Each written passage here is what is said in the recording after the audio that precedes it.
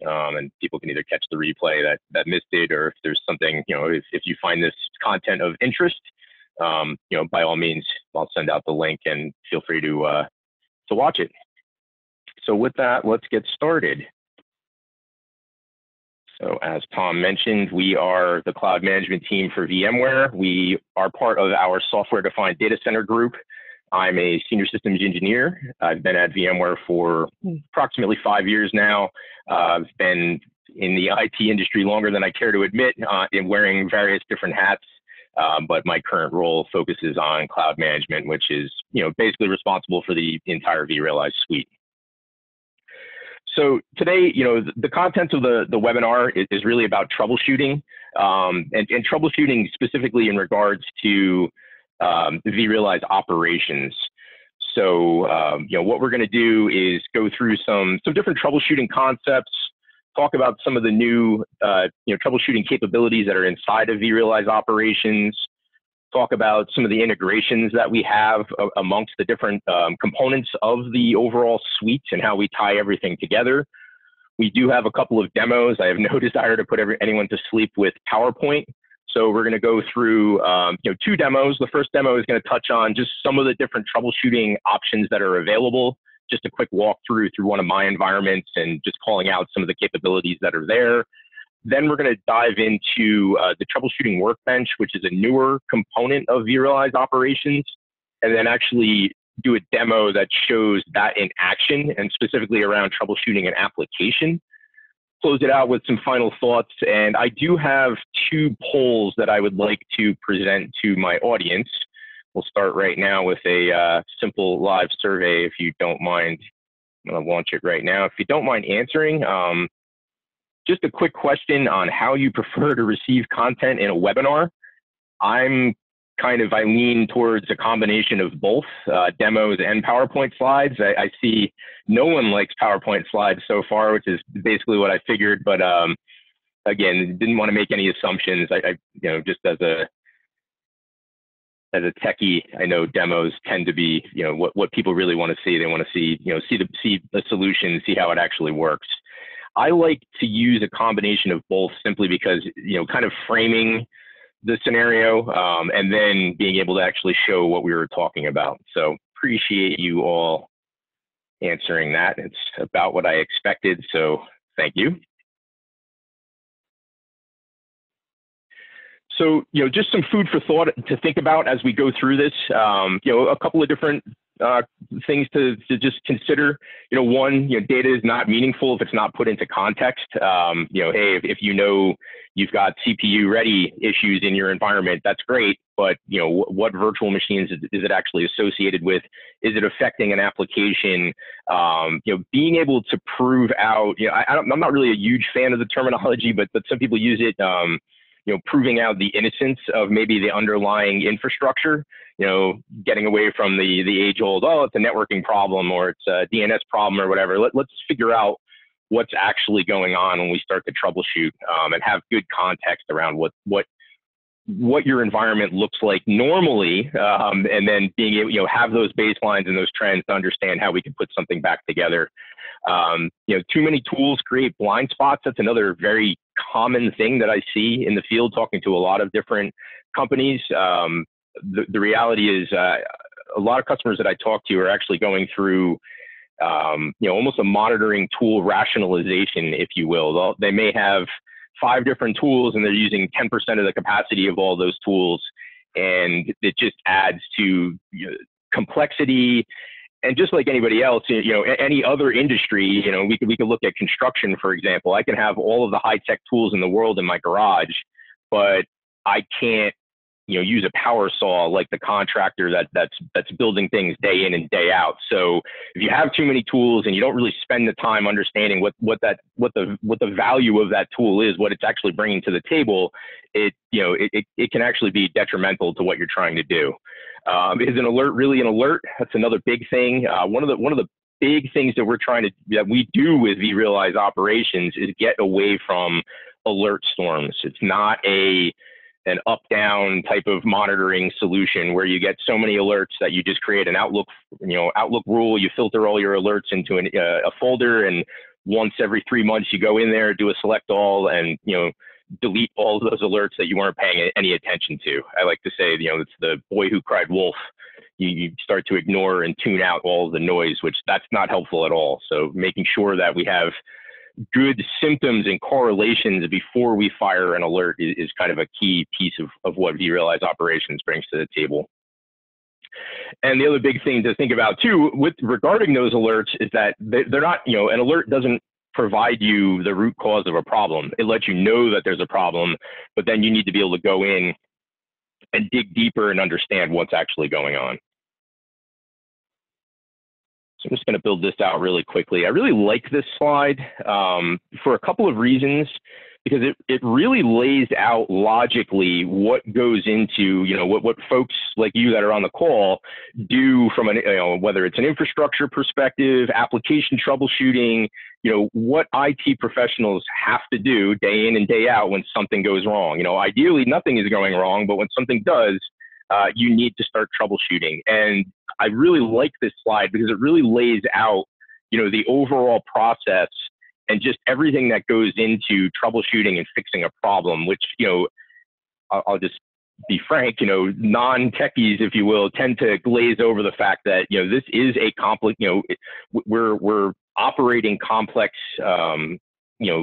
infrastructure solutions, and it can be really tricky to understand, when something goes wrong, something's wrong, but hey, we need to dig in and actually understand, and getting to that root cause of what's going on to be able to remediate it can be easier said than done. And anybody that's ever worked with any support organization where they need to pull logs and spend days, going through those logs, know that this can be somewhat of a painful process with a lot of back and forth. So, what we're going to look at right now is how you can use vRealize operations, or VROPS. If I abbreviate it, that's what I mean, to reduce the mean time to resolution and really understand what's going on inside of your environment.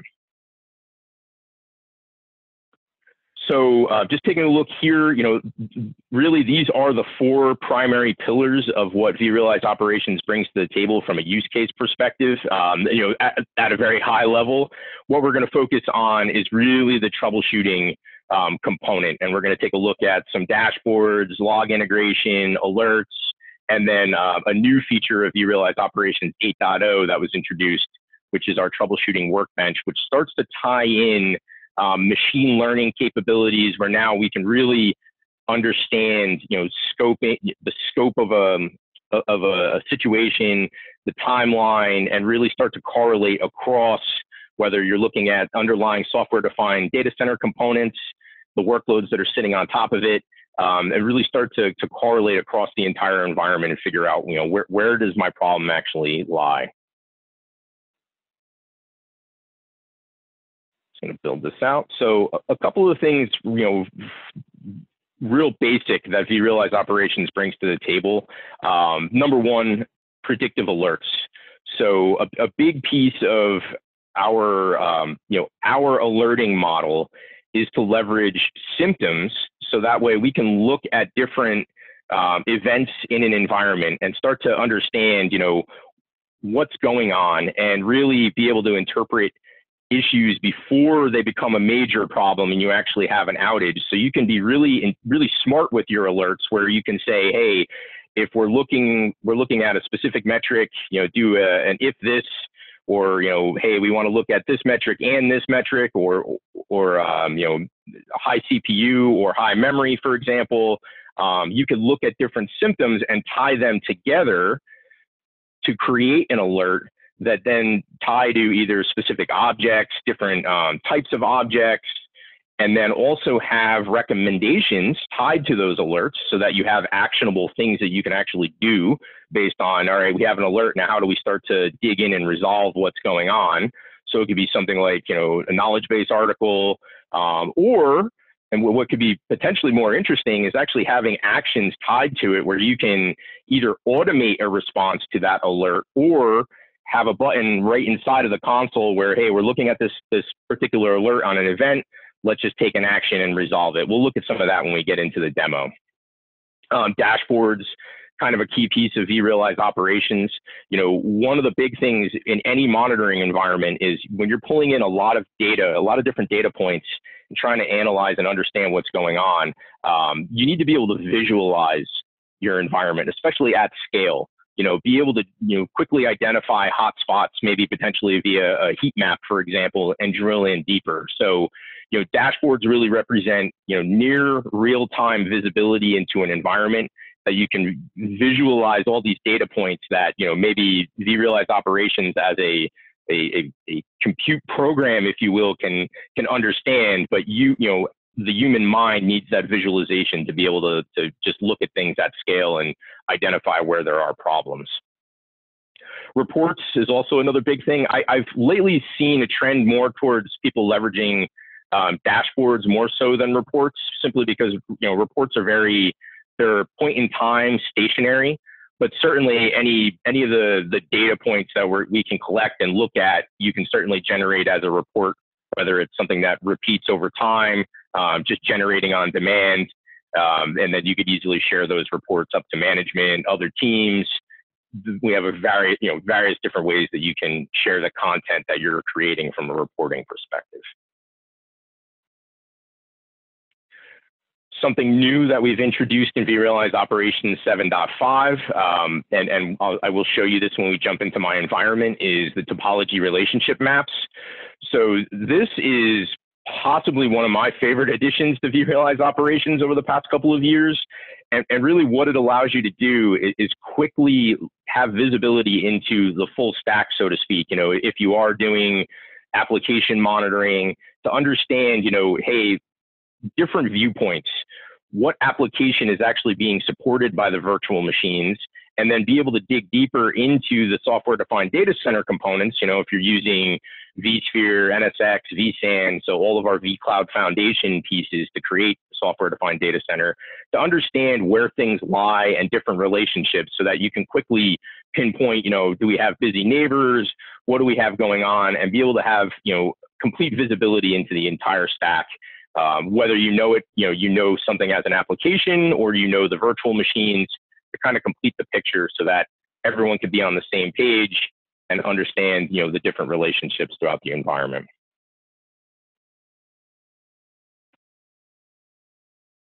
Another component of vRealize Operations is being able to look at specific metrics on different, objects inside of the environment. So what you see right here is an example of packets transmitted per second on a host. So what's interesting about this, other than the obvious of being able to look at those metrics and understand what's going on, we can also do correlation. So we can quickly, if you're looking at, this example up here, CPU demand, we can see we've got some weird spikes going on here as far as our CPU demand kicking up. We can quickly correlate to look for either other metrics that fit this pattern running on that object itself, or we could look at selected metrics of all peers. So that way, basically what we could do is we can correlate across 11 different data points within the same time range that you're looking at, to see, hey, if maybe we're looking at dropped packets on a virtual machine, are other dropped packets running on, let me back up, are other virtual machines on that host also dropping packets, for example? So it's really easy to start to correlate and understand, how maybe additional connections to a database server are starting to affect CPU demand, to start to really understand why we're seeing these types of metrics. Another thing that we introduced in vRealize Operations 7.5, so the current version is 8.1, by the way. We have a troubleshoot and application dashboard. So there's a slew of different troubleshooting dashboards that are out of the box inside of vRealize Operations. We'll take a look at a couple of them, where basically, what this does is it allows you to define an application, and then just like we were talking about with that infrastructure visibility, be able to understand relationships, look at KPIs, whatever is important to you. So key performance indicators, whether it's, MySQL metrics that we're looking at, or, hey, maybe we want to change the context and look at a specific virtual machine and look at its, look at metrics on that virtual machine. So it's a quick way to just get a complete view of everything that's going on and associated with an application, and get out of the, looking at it from a VM mindset, but actually focusing on the application itself. Another thing that we could do, and I will show you this in my environment, is, vRealize Operations is part of the vRealize suite. So that's our overall cloud management platform. So one of the reasons why we consider it a platform, and what differentiates us from other solutions on the market, is that the different components interact with each other. So whether it, one of the sister products to vRealize Operations is vRealize Log Insight. So vRealize Operations tends to focus on very structured data, metrics, properties that we're pulling from vCenter, for example. Log Insight is unstructured data. So essentially anything that can send syslog, any type of logging, it's a log aggregator that we can tie that unstructured data together, analyze it, look for trends and patterns, just like vRealize Operations. But we could tie the two together so that, if, for example, there's a specific event that occurs in the logs that we want to create an alert inside of vRealize Operations, we can do that. Or we can also, if we're looking at an object inside of vRealize Operations, we can jump in context to Log Insight and look at the logs that are associated with that specific object. Again, being able to correlate and tie things together to help drive down how long it actually takes you to get to, to find that root cause of what's going on inside of your environment. I don't have it inside of my demo to show you today, but another integration that we've recently announced and we're starting to tie together is vRealize Operations with vRealize Network Insight, which is our Network Insight is our essentially our network monitoring and planning tool, which allows you to grab data out of the vSphere distributed switch, understand what virtual machines are talking to other virtual machines, containers, out to the outside world, understand what the east-west traffic is inside of your data center. So we're starting to tie that data into vRealize Operations as well. Again, just to tie everything together and give you as much data at your fingertips as you possibly can, as you can have. All right, so with that, we're going to jump into the first demo, and I'm going to show you some of these things. Hopefully I haven't timed out. So what you see on my screen right now is vRealize Operations for anyone that has never seen it. Again, we're on the quick start page. These are the 4 pillars of what of the primary use cases of vRealize Operations. So we're going to spend all of our time today in this tier in troubleshooting. So first of all, just getting into the dashboard, some of the visualization that we were talking about. We have out-of-the-box dashboards. So just to show you an example, we're going to go into the virtual machine. So this is Troubleshoot a VM. So what this dashboard is all about, once it decides to open up, is on the left-hand side here, we have what's considered an object picker. So if we want to troubleshoot a specific VM, we know we have a ticket or an alert, something going on. We can quickly find that VM. And this is version, I just did see a question in the chat. This is version 8.1 that we're actually looking at. And if you are running it in your own environment and are curious, real quickly, you can go to underneath a little person here, about, and here's version 8.1, and I'm running the Enterprise Edition. So I found the virtual machine I'm looking for. I want to troubleshoot today. And now what we have is we basically have a workflow approach to this dashboard. So this is completely out of the box. Any version of vRealize Operations will have this dashboard, for example.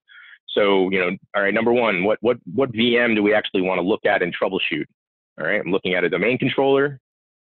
Look at about the VM, just get a little bit of some details about it, what it's running. Whoops, getting a little old here.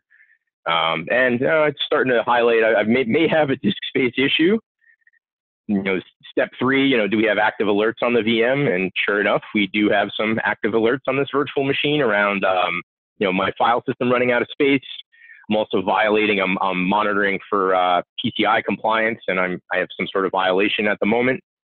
And then basically the idea of this workflow is that you can now just step through and start to understand, hey, has this VM been working hard over the past week? Do we have, healthy neighbors, or is there another, busy VM, or maybe I have an issue on a host that it's running on? So to just kind of look at relationships and understand what's going on in the environment, and then start to step through each individual component, as we would look at, what's our CPU demand looking like? Do we have contention? So the idea here is that we can just guide through someone that isn't necessarily as familiar with troubleshooting a vSphere virtual machine environment, and just take a workflow type of approach. So this is an example of a built-in dashboard, just to give you an idea of some of the customization that you can do. So everyone is hopefully familiar with ESX Top. Hopefully aren't using it every day, but it's a utility inside of ESXi that if you ever do need to dig in from a troubleshooting perspective, you could run on each individual host. So this dashboard is a custom dashboard. It's actually available on our dashboard repository, where now I can drill in, and same idea as the previous dashboard. I've got an object picker. These are the hosts in my environment. I can choose a specific host, and then what it's going to do is it's going to populate, all of the different virtual machines that are running on that host. And I could start to look into things like, how much CPU am I using? Do I have, any CPU ready times? We could easily sort to understand, what's going on, virtual machine memory, looking at network statistics, disk statistics, latency, throughput, all of that type of information. So a real easy way to visualize and have it at your fingertips.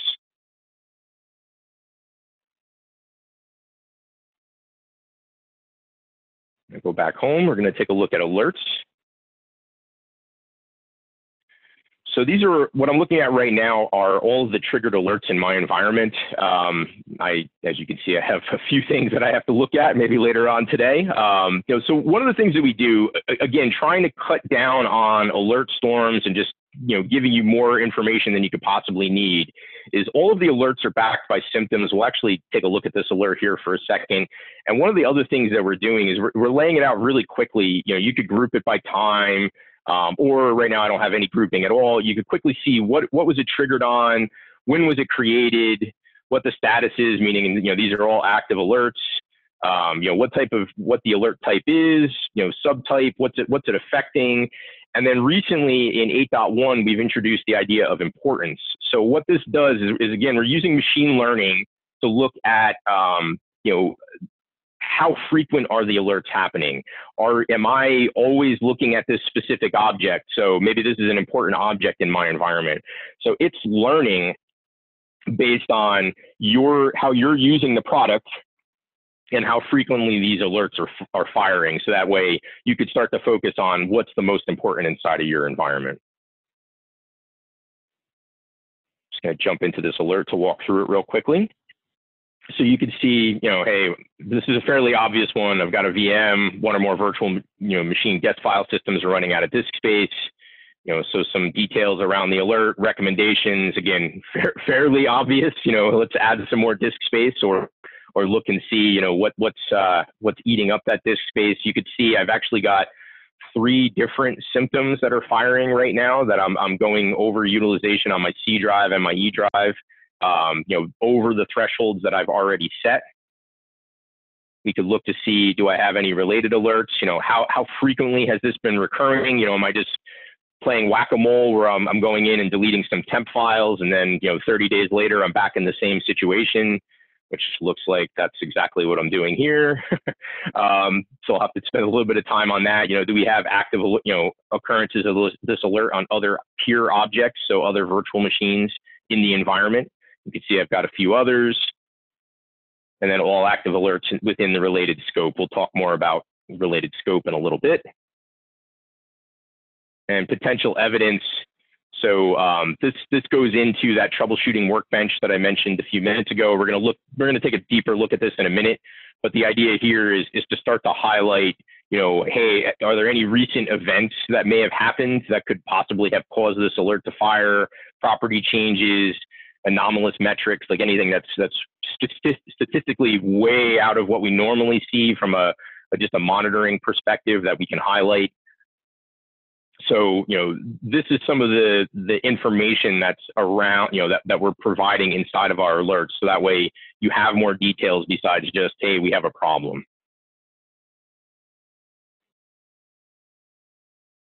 Now we're going to switch to the object itself. So this is that virtual machine that we were looking at. You could see, we do have that critical alert from file system perspective. One thing to call out here is that you notice capacity remaining, I've got 5% remaining.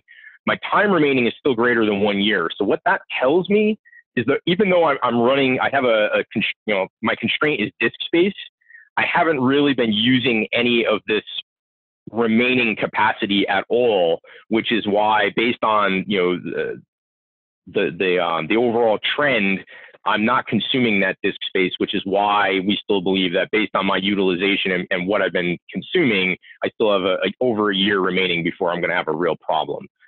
So again, it's probably not the best idea to stay like that, but that's why we see 5% capacity remaining and greater than 1 year from a time remaining perspective. So a couple other things while we're looking at this specific VM. We could look at the overall infrastructure view. So here we are. Here's DC01 domain controller, if you can guess by my naming convention here. And we can start to trace up into the environment. What host is it running on? What cluster is it running on? Virtual data center. You can build it out from that perspective. And also, if I'm doing application monitoring with Telegraph, for example, I can dig into the operating system. I can see that I'm running Active Directory and Microsoft IIS. Why I'm running IIS on a domain controller is a good question, but at least you have something to look at from a demo perspective here. And then we could dig into the Active Directory and actually look at specific objects in AD that we're monitoring. And at each level of this, we can go in and pull up specific metrics. We'll just look at demand. Let's look at demand percentage. That works a little better. What my CPU demand is actually looking at. So, what kind of resources is this virtual machine looking for from a CPU perspective? Or I want to look at, the DNS server perhaps, and I want to look at total DNS queries. So it's real easy to start to, paint the picture and have that full stack visibility and go, whether you want to go up into the application or down into the software-defined data center constructs, we can start to look and again, look for that correlation here. Do I want to look across all self metrics? Do I want to look at selected metrics of all peers? So to start to look for correlations and understand what's going on. Another interesting thing that we can do here is I have actions that I could take on this particular virtual machine. So, some of them are fairly obvious, set CPU count for VM, but there's also some things that, because I have service discovery turned on and I can actually understand what I have in my environment, I can do things like get top processes. I'm going to click this run button. Give it a second, and it's going to come back and I'm going to get the top 10 processes running within Windows within this virtual machine. So as I expected, there's my system idle process. This thing is kind of twiddling its thumbs, not doing all that much. And these are the actual processes running inside of Windows, the top 10 based on CPU time, essentially. Another thing that we can do is we can actually execute scripts against the VM. So you do need to put a username and password in here. On the roadmap, we actually have, we'll be able to integrate where we don't need to use a username and password, but there are obviously some security ramifications to that, which is why this is here. So that way you can either use your own username or if you have a service account. And then it's real basic. You can just come in here and let's just say we want to do a net stat, for example. Oh, what did I do? Let's try something else.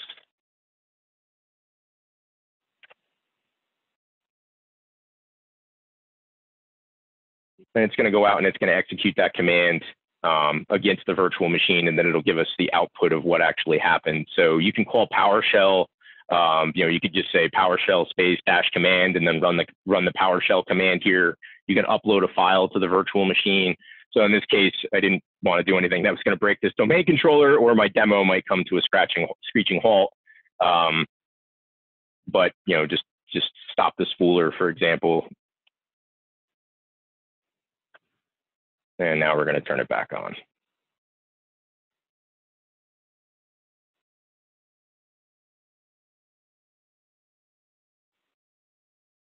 So I like this because, number one, it makes it really easy to stay within the context of vRealize operations and start to manipulate the actual operating systems on the virtual machines themselves without having to RDP into it, or if you don't have, if you don't have, PowerShell remote PowerShell set up, it makes it really easy to just jump in here and do different things.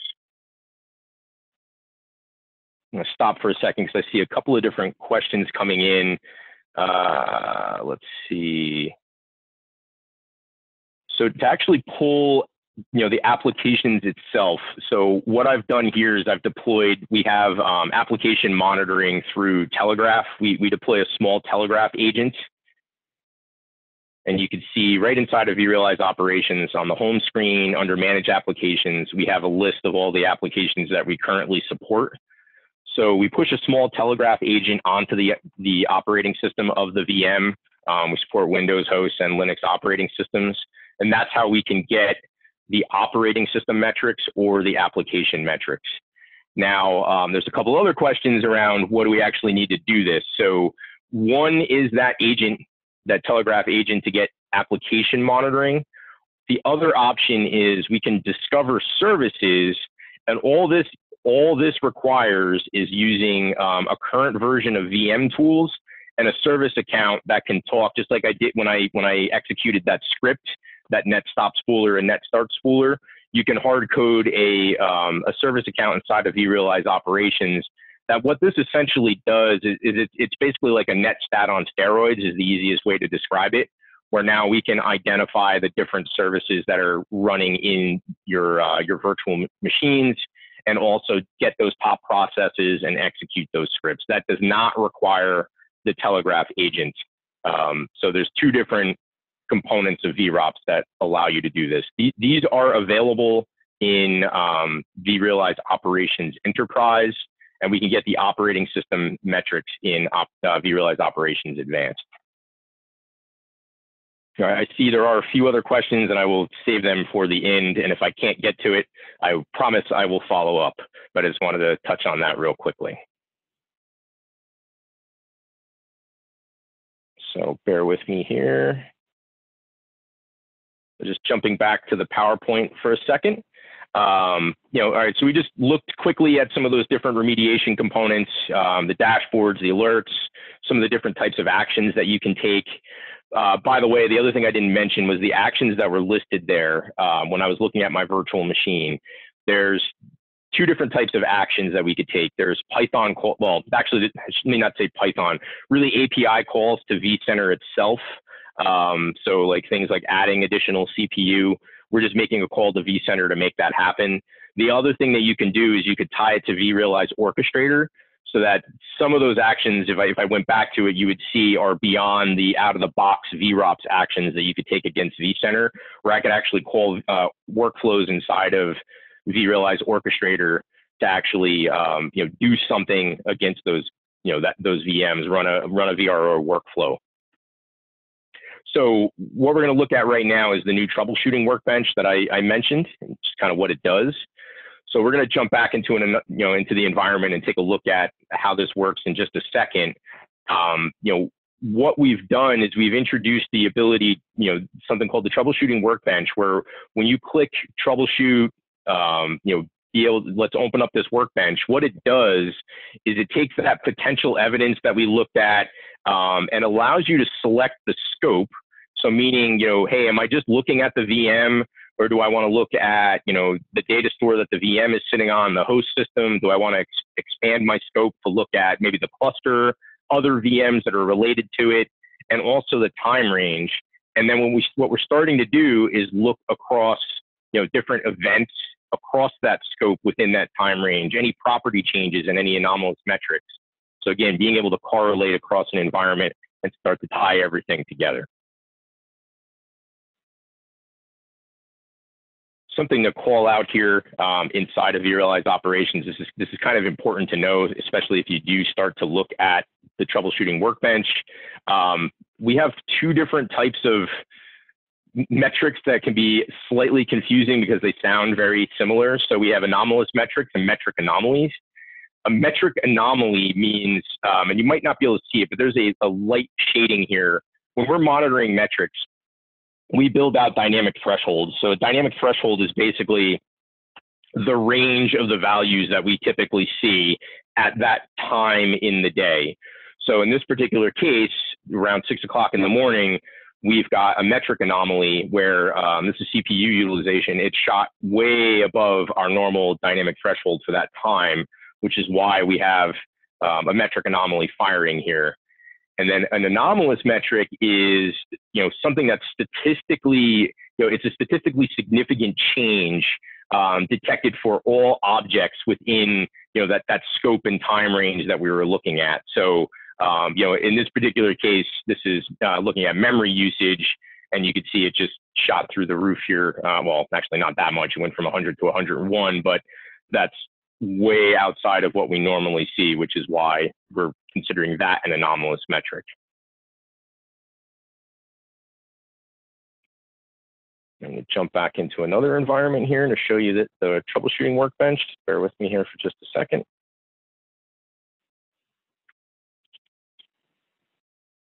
So what we're going to do is we're going to just quickly walk through basically a high CPU usage scenario inside of an application. So this is kind of it's more of a simulation versus the other environment that I was just showing you, but it makes it easier to actually show CPU utilization and make it work. So what we have here, first of all, going to dashboards, we have a shopping cart application. This is an example of a custom dashboard that's been built for this particular application. So on the left-hand side, we can see relationships, the VMs that make up the specific application. So we can see we have a database tier and a web tier, and these are the virtual machines that make it up. If I click on the MySQL server here, this is an object picker type of an example where we're feeding metrics into other widgets. So you can see we've got, specific KPIs that we're looking at for this MySQL virtual machine. And then if we want to look at it a little bit more in detail, we could jump in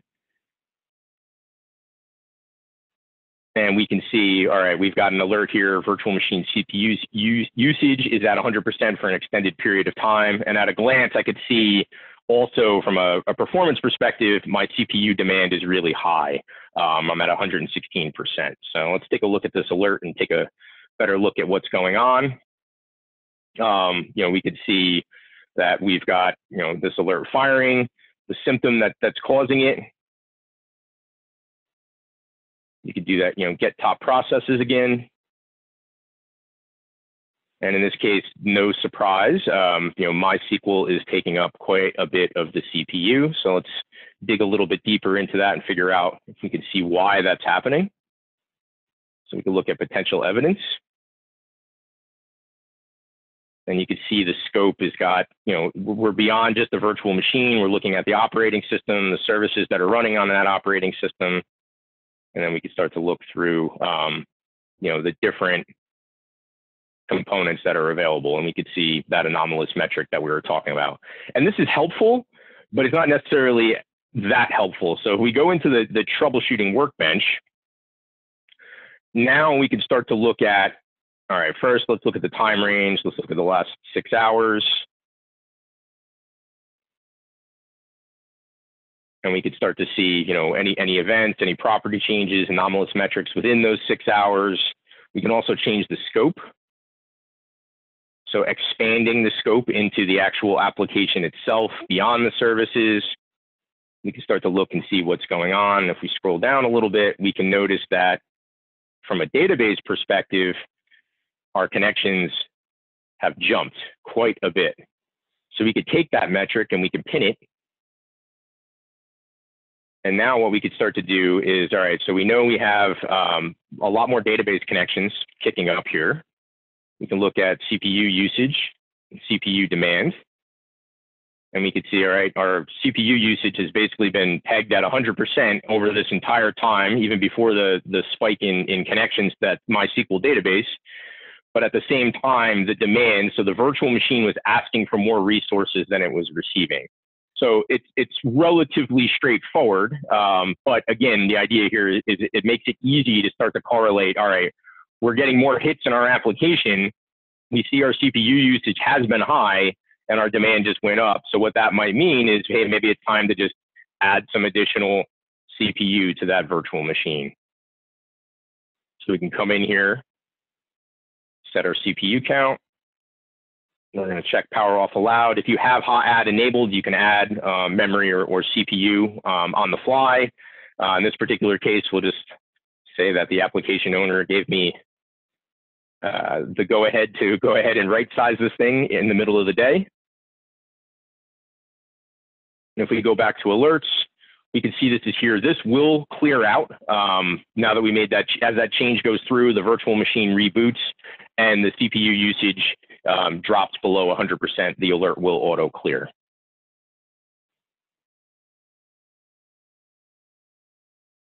And we can start to reduce the scope going back to the troubleshooting workbench. And if we come here, we can start to see that the CPU queue is starting to drop down. We could pin this as well. Same thing, go into metrics, start to look and say, okay, yeah, CPU utilization is getting better. Look for some correlation.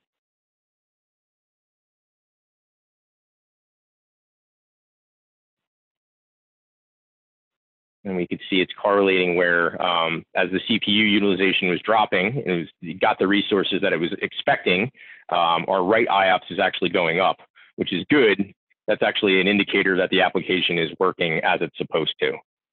So hopefully that made sense to just kind of show you how we have that full stack visibility and we can start to tie everything together.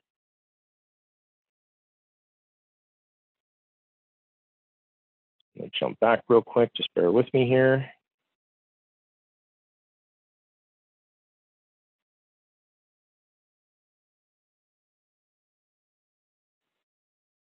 So a couple other quick points of interest that I just wanted to call out. We're probably going to have another session soon talking about management packs, how we can extend the capabilities of vRealize operations beyond just vSphere. So, this is just an example of some of the, some of the management packs that are available. But essentially, what this means is as we pull in more data into vRealize operations, we can troubleshoot, and extend the capabilities around, visibility into your environment and what you're seeing. We talked about being able to grab those processes in real time, get the top processes, execute the script. Just a reminder about the applications that we can monitor.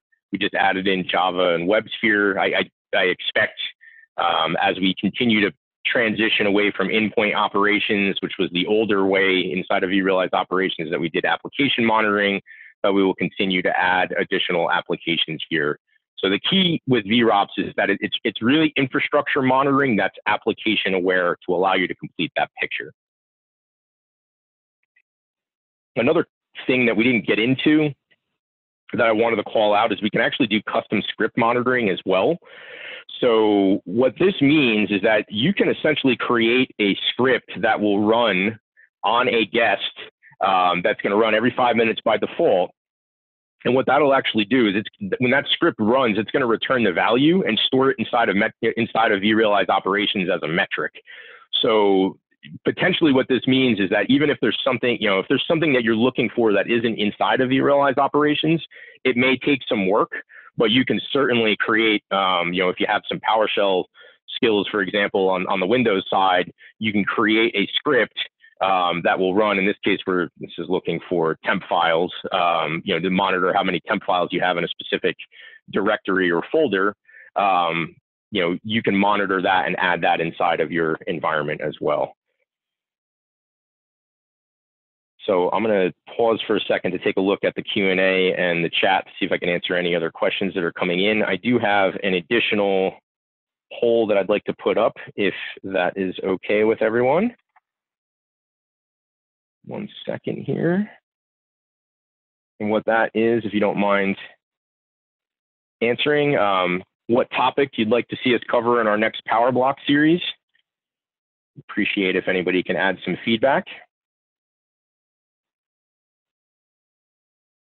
And I'm going to go through Q&A here just a second. I want to thank everyone for joining our webinar today. Hopefully it's been helpful.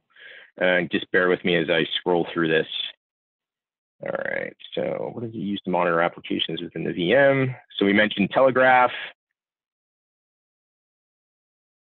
The Telegraph agent doesn't get auto updated inside of vRealize operations itself. If you did a vRops upgrade, there's a spot where you can manage the agents and basically just force an update, and it does it silently. It's not a manual intervention, but it is something you have to do through vRops today. You may be able to automate it through an API, but that's not something I've tried yet.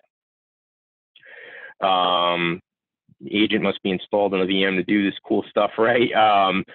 So yes, to get to the application or the operating system metrics, we can do service discovery and look inside of the VM without pushing that agent.